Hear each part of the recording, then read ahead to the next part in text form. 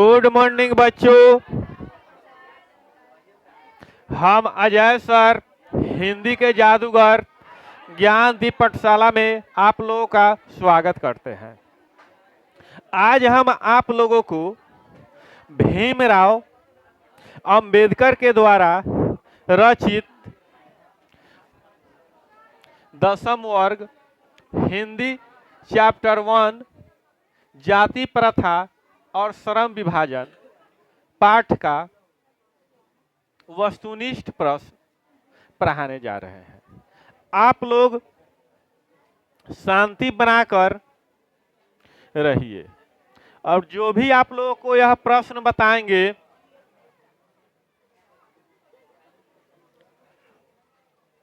बहुत ही महत्वपूर्ण प्रश्न है।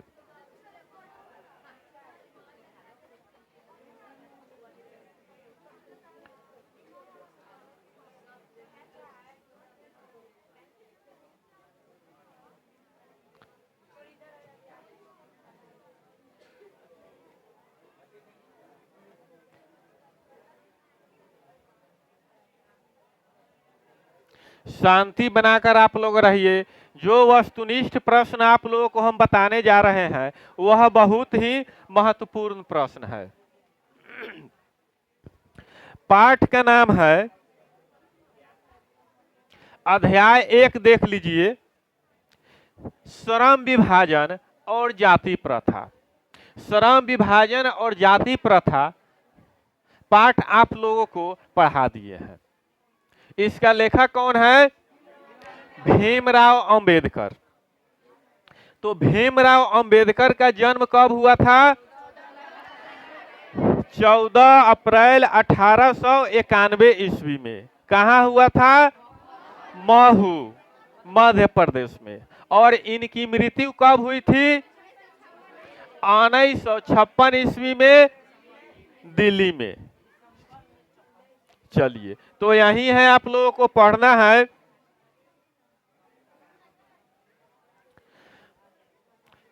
श्रम विभाजन और जाति प्रथा के लेखक कौन है? बाबा साहब भीमराव अंबेडकर। अगला प्रश्न देखेंगे। श्रम विभाजन और जाति प्रथा के लेखक बेरोजगारी का प्रमुख और प्रत्यक्ष कारण किसे मानते हैं? जाति प्रथा को। यहाँ पे प्रत्यक्ष का मतलब बुझ नहीं रहे हैं, आमने सामने जो होता है उसी को हम लोग क्या कहते हैं? प्रत्यक्ष कहते हैं। जैसे आप लोग यहाँ पे आकर प्रत्यक्ष हमसे पढ़ रहे हैं, और जो व्यक्ति इस वीडियो को कहीं दूसरे जगह से पढ़ेगा वो क्या हो जाएगा? अप्रत्यक्ष हो जाएगा। चलिए आगे अब देखेंगे। श्रम विभाजन और जाति प्रथा क्या है? निबंध है। परीक्षा में इसी तरह का प्रश्न आप लोगों को आएगा। डॉक्टर भीमराव अंबेडकर का जन्म कब हुआ था? 14 अप्रैल 1891 ईस्वी को। आराम से आप लोग बोलिए। देखिए, ज्यादा हल्ला नहीं कीजिए, हम समझ रहे हैं। नहीं तो हल्ला कीजिएगा, एक आदमी बोला दूसरा बोलिएगा तो खड़ा करा के वहीं से पूछेंगे कि क्या हुआ। तो शांति से आप लोग पढ़िए। जहाँ दिक्कत होगा हम खुद बताएंगे। मेरे पढ़ाने का मेन उद्देश्य यही रहता है कि परीक्षा में किसी भी तरह का प्रश्न आए हमारे विद्यार्थी से छूट ना पाए। बात समझ में आया कि नहीं? चलिए, तो यहाँ पे 14 अप्रैल 1891 है, तो यहाँ बात ये देखना है कि सब में 14 अप्रैल है। अगर कंफर्म अगर यह याद नहीं रहेगा तो वहां पे गलती भी होने की संभावना रहेगी। डॉक्टर भीमराव अंबेडकर का जन्म कहाँ हुआ था? महू हुआ था। और महू कहाँ स्थित है? मध्य प्रदेश में स्थित है। मानव मुक्ति के पुरोधा किसे कहा गया है? भीमराव अंबेडकर को कहा गया है। जाति प्रथा स्वाभाविक विभाजन नहीं है, क्यों? यानी कहने का मतलब है कि जाति प्रथा स्वाभाविक विभाजन नहीं है, क्यों? यह है रुचि पर आधारित नहीं होने के कारण। यानी रुचि कहने का मतलब क्या है कि जाति प्रथा जो है ना, अगर कोई भी व्यवसाय है तो वह जाति के हिसाब से उस पर क्या कर दिया गया है, थोप दिया गया है कि वही काम आपको करना है।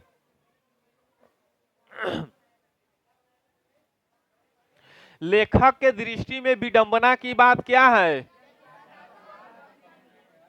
जातिवाद के पोषक की कमी नहीं है। आज भी समाज में देखते हैं कि नहीं कितना जातिवाद है। लेखक की दृष्टि में आदर्श समाज कैसा होना चाहिए, समझिए, जिसमें स्वतंत्रता, समता, समता मतलब बराबरी, समानता और भ्रातृत्व का भाव हो, यानी भाईचारा का क्या हो, भाव हो। अंबेडकर की दृष्टि में भाईचारे का वास्तविक रूप क्या है, दूध और पानी के मिश्रण की तरह। यानी दूध और पानी को देखते होइएगा कि जब वह मिल जाता है तो वह समझ में नहीं आता है, उसको लैक्टोमीटर से जांच करेंगे तब, नहीं तो पूरा सफेद ही दिखाई देगा। सभ्य समाज की आवश्यकता क्या है, क्या है, जाति प्रथा। यहां समझिए, जाति प्रथा नहीं है। यानी सभ्य समाज की आवश्यकता क्या है, श्रम विभाजन। यानी जो सभ्य समाज है उसको श्रम के हिसाब से क्या करना चाहिए, बंटवारा करना चाहिए। यानी यहाँ श्रम कहने का मतलब हो गया कि मेहनत, परिश्रम। भारतीय संविधान के निर्माण में महत्वपूर्ण भूमिका किसने निभाई, भीमराव अंबेडकर। तो देखिए परीक्षा में बहुत ऐसा विद्यार्थी है किसी को भीमराव अंबेडकर भी लिखने नहीं आएगा। तो ये सब क्या है, बहुत बारीकी चीज है, उसको ध्यान से देखना है। निम्नलिखित रचनाओं में से कौन सी रचना डॉक्टर अंबेडकर की है। आप देखिए, अगर इस तरह का टाइप प्रश्न आएगा तो अधिकतर इसमें क्या होता है, इनमें सभी को मारना है। अधिकतर तो ऐसे मारना ही है, लेकिन कभी कभी क्या हो जाता है, थोड़ा ध्यान से देखना है कि उनके द्वारा कौन सी रचना रची गई है, यानी लिखी गई है। अंबेडकर के चिंतन एवं रचनात्मक के लिए निम्नलिखित में से कौन प्रेरक व्यक्ति थे। यहां समझिए, बुद्ध भी है, ज्योतिबा फुले है, कबीर है, यानी सब है। यानी चिंतन एवं रचनात्मक, चिंतन करने का मतलब होता है कि उनसे वे क्या हो, प्रेरक हो गए। जैसे मान लीजिए कि बुद्ध कैसे व्यक्ति है, तो उनसे कुछ सीखे, ज्योतिबा फुले से सीखे और कबीर से सीखे। बहुत जो भी व्यक्ति है वो क्या करते हैं, किसी न किसी से, एक दूसरे से क्या करते हैं, सीखते हैं। और सीखने का मतलब हुआ कि सिर्फ क्या करना है, अच्छाई ही सीखना है, जाति पाति तोड़कर। मंडल भाषण लाहौर में कब हुआ था, 1936 में हुआ था।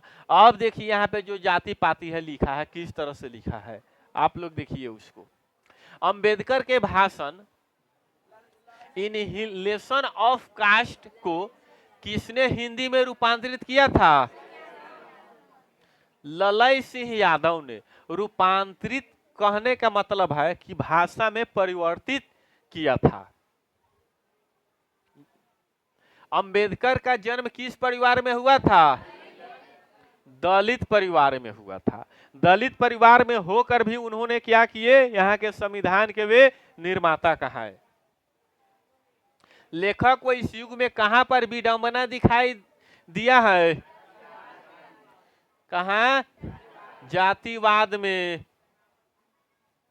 डॉक्टर अंबेडकर के पिता का क्या नाम था,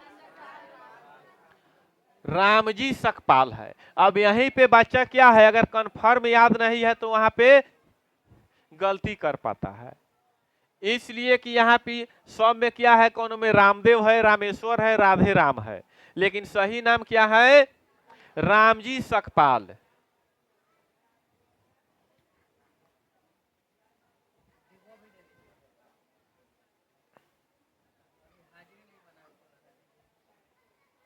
बात समझ में आया कि नहीं, तो इसलिए वहां पे मिस नहीं करना है। डॉक्टर अंबेडकर के माता का नाम क्या है? क्या है? हाँ, भीमाबाई है। तो परीक्षा में जब भी लिखना है नु, बहुत सावधानी से, बहुत अच्छा से लिखना है। वहां पे क्या करना है? हड़बड़ाना नहीं है। नहीं तो हड़बड़ाइएगा तो क्या हो जाएगा? गलत हो जाएगा। गलत होने का मतलब है कि वहां पे जो है नंबरिंग दिया रहता है, रंगने वाला, मिस्टेक हो जाएगा।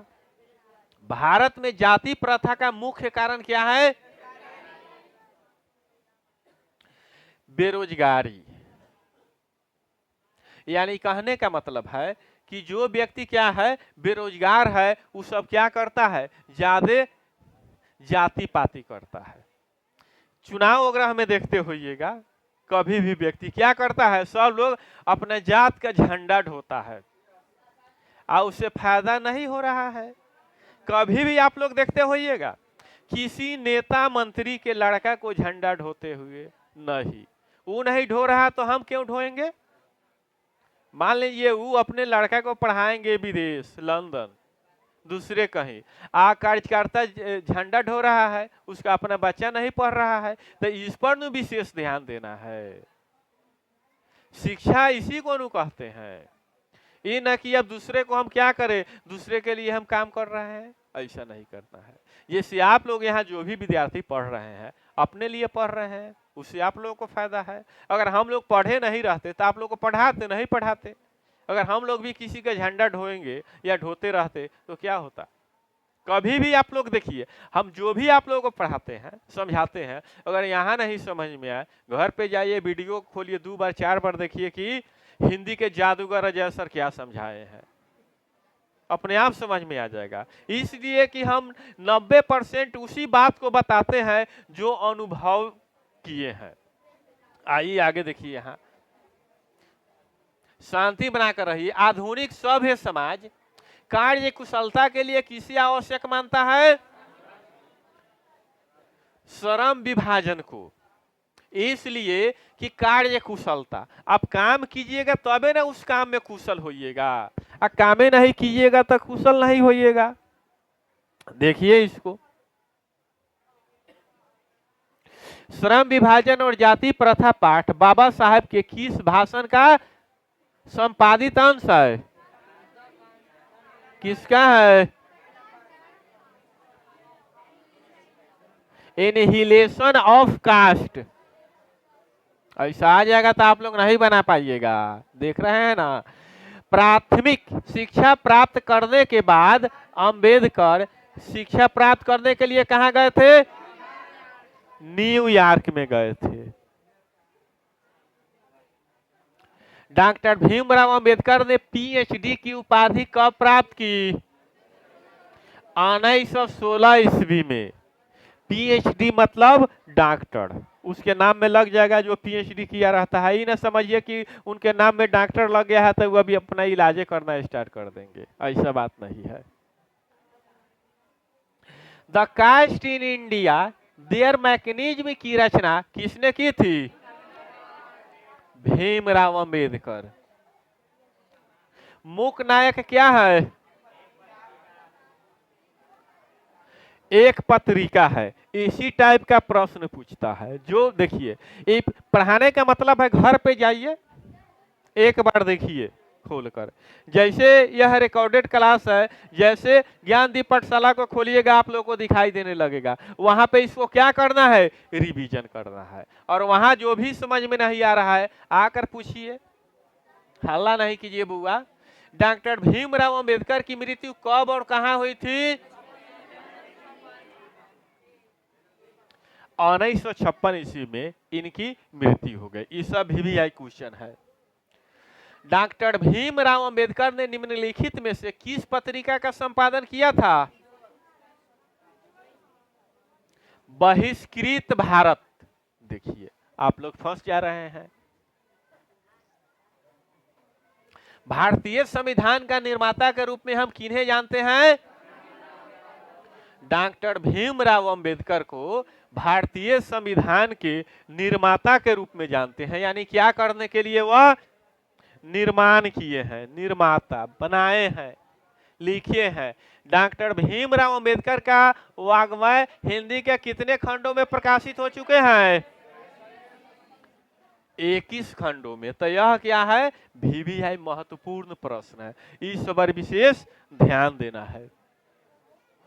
डॉक्टर भीमराव अंबेडकर ने किस प्रथा को आर्थिक पहलू से खतरनाक माना है? जाति प्रथा को। जाति प्रथा क्या है? एक तरह का बहुत ही खतरनाक क्या है? पहलू है। यह एक प्रकार का बीमारी भी है।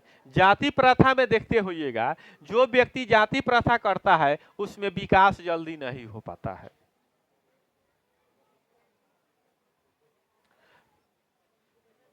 जाति प्रथा श्रम विभाजन के साथ साथ किसका रूप लिए हुए हैं? श्रमिक विभाजन का। आदर्श समाज स्वतंत्रता, समानता, मातृत्व पर आधारित होगा, ऐसा किसने कहा था?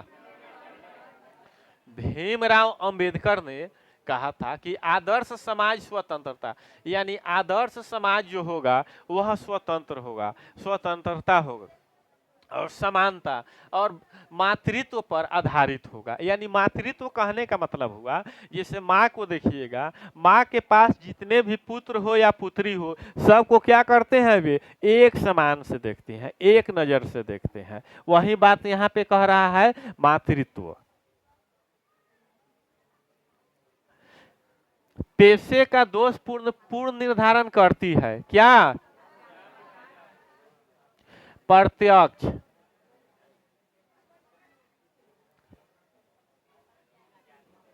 क्या होगा? जाति प्रथा होगा।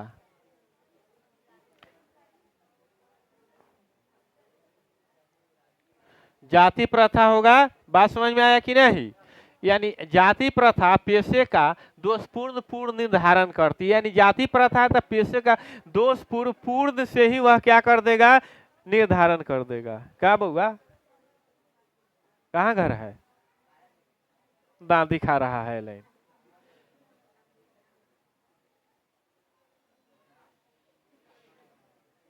आराम से पढ़िए, पढ़ने आए हैं।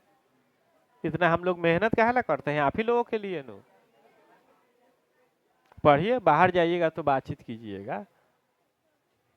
चलिए बोर्ड पे ध्यान दीजिए। जाति प्रथा भारत में बेरोजगारी का कारण बनी हुई है। सी नंबर नहीं है, प्रत्यक्ष बनी हुई है। बात समझ में आया कि नहीं? जाति प्रथा भारत में बेरोजगारी का प्रत्यक्ष कारण बना हुआ है। यानी बेरोजगारी का क्या है? प्रत्यक्ष है, आमने सामने कारण बना हुआ है। लेकिन फिर भी लोग क्या है? जाति प्रथा को छोड़ता नहीं है। लेखक को इस युग में कहां पर विडंबना दिखाई दिया है? लेखक को इस युग में जातिवाद में विडंबना दिखाई दिया है। बात समझ में आया कि नहीं? चलिए, आज भर के लिए आप लोगों का 10वीं वर्ग का श्रम विभाजन और जाति प्रथा का वस्तुनिष्ठ महत्वपूर्ण जो था इतना रहा। इसको जितने भी हमारे विद्यार्थी यहाँ उपस्थित है और या जो भी विद्यार्थी हमारे यूट्यूब चैनल ज्ञानदीप पाठशाला को देख रहा है, वह इस चैनल को अगर लाइक, सब्सक्राइब और जितने भी अपने व्हाट्सएप ग्रुप है सब में अगर शेयर करता है तो मेरा दावा है उसका मैट्रिक में लगभग 450 नंबर निश्चित आएगा। धन्यवाद।